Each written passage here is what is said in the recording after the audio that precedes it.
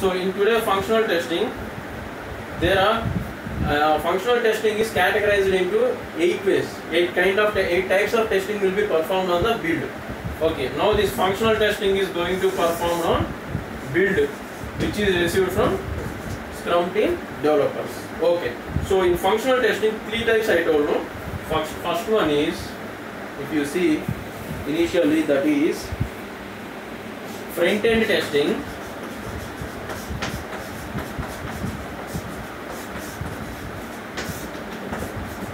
Next one is back end testing.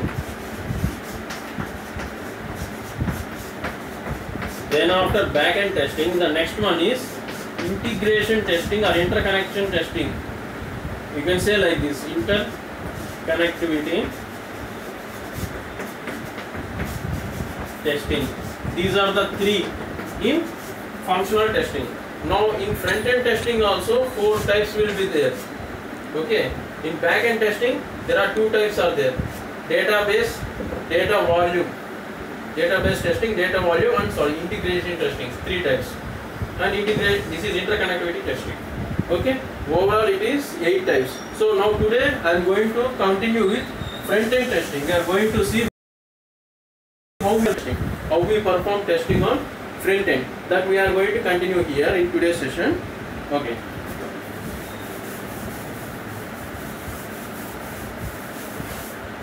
Yeah. Okay, you can see here, observe clearly here, you can, for your better understanding, I am maintaining the flow for every time.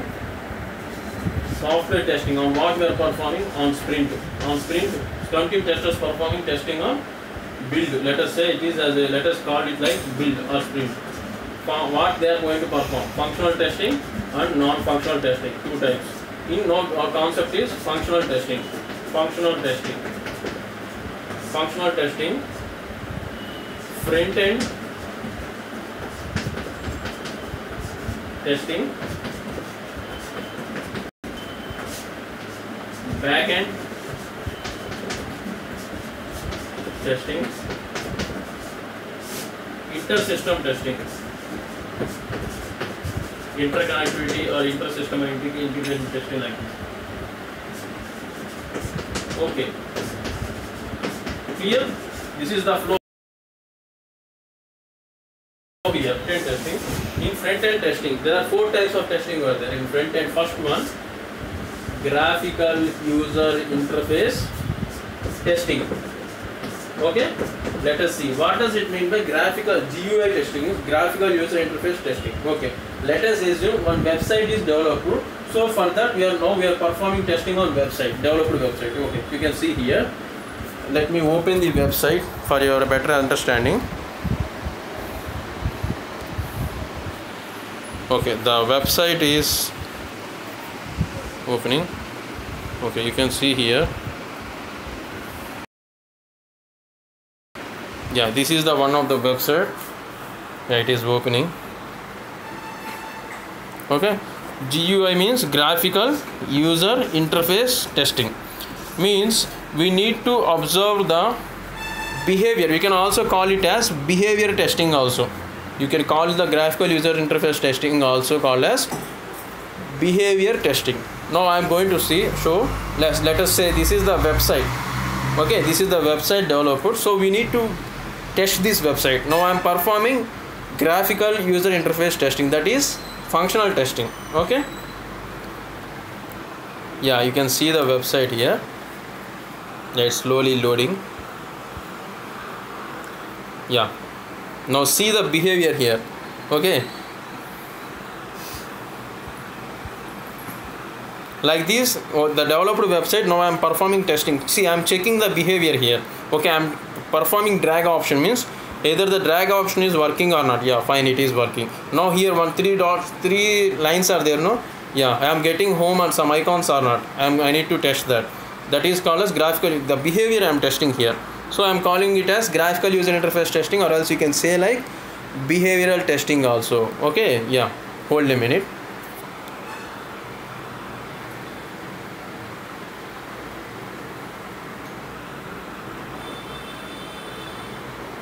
I think it taking some more time. Okay, so meanwhile let us see here. Meanwhile it is loading. See, this functional testing is performed based on customer requirements, whereas non-functional testing you perform based on customer requirements, in the sense customer whatever requirements he is specifying. Then non-functional testing will be performed based on customer expectations. Okay, now see the website here. I think it required some more time. Okay, it is loading. This I am trying to show with this example that how we are performing the graphical user interface testing. This is the recently developed website. This is my website. Like, you can reach me, you can communicate with me by following this website, softwaretesting.wixsite.com. For software testing training, you can reach me with this website. Yeah, this website only we are going to perform the testing, means graphical user interface testing. Okay, see here. So now what we need to test here, GUI testing means you need to test the behavior. So behavior means, yeah, by pressing this option, you can see the behavior. See, you got this home, book online, blog. You can book a slot for my tutorial by following this. Yeah, see, this is the by clicking on into mark, it is closing and coming to the home page. Yeah, what these actions are performing or not. See, learn more means again it is go to the next page. It takes some time. Yeah, if you click on this name option, then your cursor is indicating, or this is what the behavior unit testing. Okay, sorry, in functional testing, this is the GUI interface testing, graphical user interface testing. You can call it like behavior testing also. Then after this graphical user interface testing, the next one is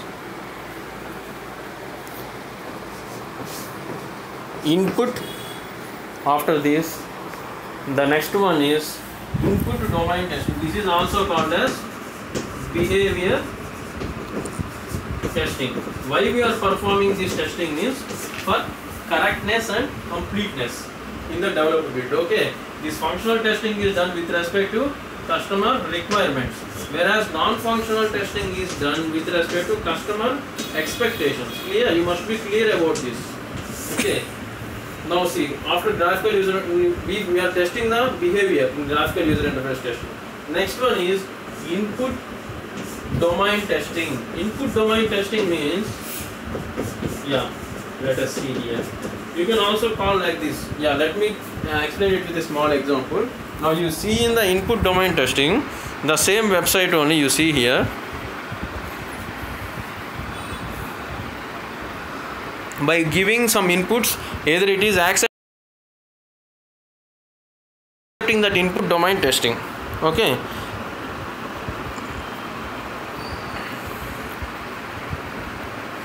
Okay. Here generally what in input domain, how we are going to test that build means, we are going to provide the inputs. So either this website is or the developer's build is accepting the given inputs or not. For suppose you take this website, in this you need to register. To book a slot you need to register. So you need to mention your name and address like this. See, yeah, like this they are going to provide some inputs. Okay, see, now I am testing the website. Input domain testing I am performing. Yeah, Sai Prashant. Okay, email ID HUMAN.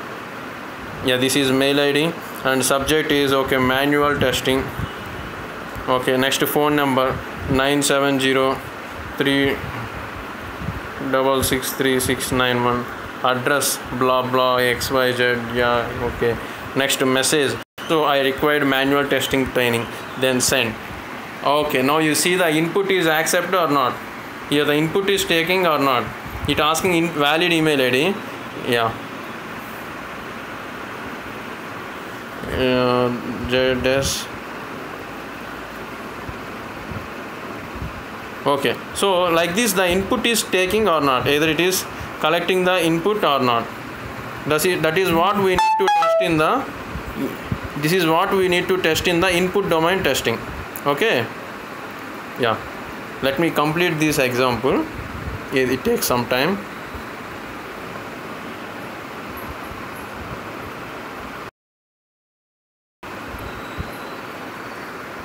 So now what we observe here, it is accepting all the input details.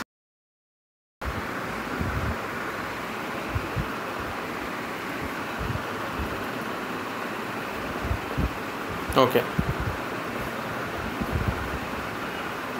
Oh, it's taking some time. Yeah, no, right thing. Yeah. Humanity.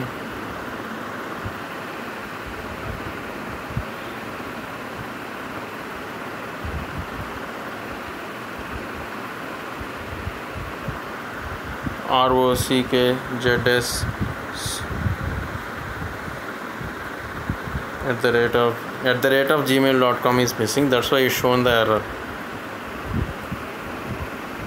Okay, now see this, the data I have provided, it accepted the input data what we have given here.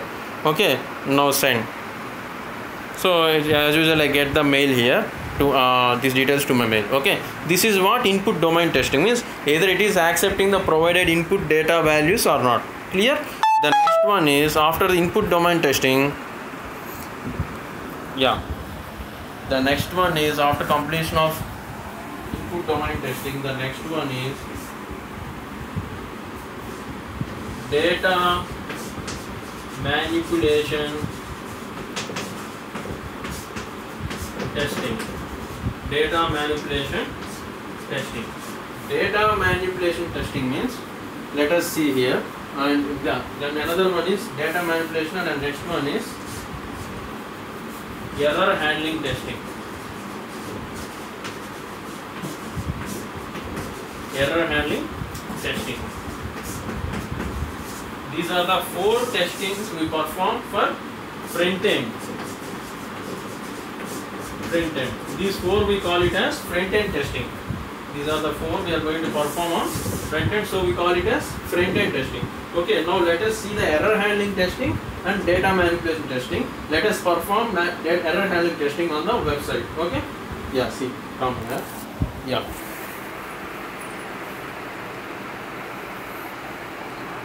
Let us see the Gmail. Let us consider Gmail as an example. Okay. Suppose you have given some invalid data. In error handling, you provided some invalid data. Okay. Let us say blah blah XYZ like this, and you send that.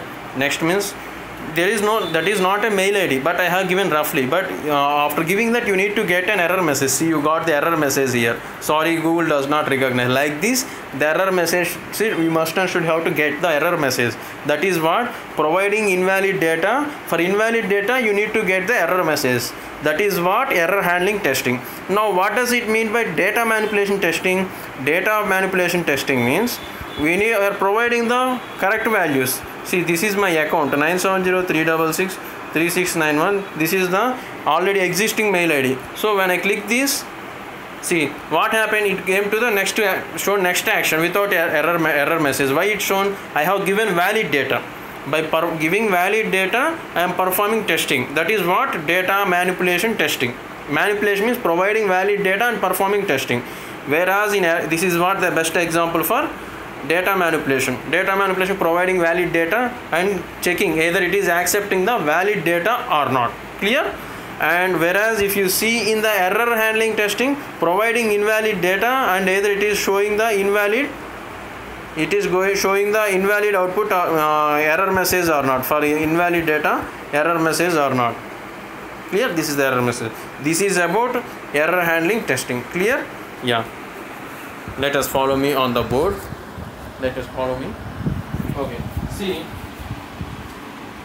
in data manipulation testing, you are providing valid data.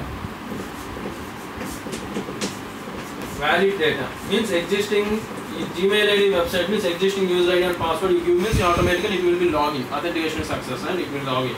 That is data manipulation testing. Error handling testing, providing invalid data. Invalid data means what you need to get. For invalid data, you have to get error message. That is error handling testing. These are the 4 types of testing we perform on front end. This is in functional testing. So in today's session, we completed front end testing. In the next session, in the next video, I am going to discuss about back end testing. This back-end testing I show with examples, like similarly today I shown with some websites, no? Similarly I explained with some example back-end testing, okay? And few points you need to remember is here.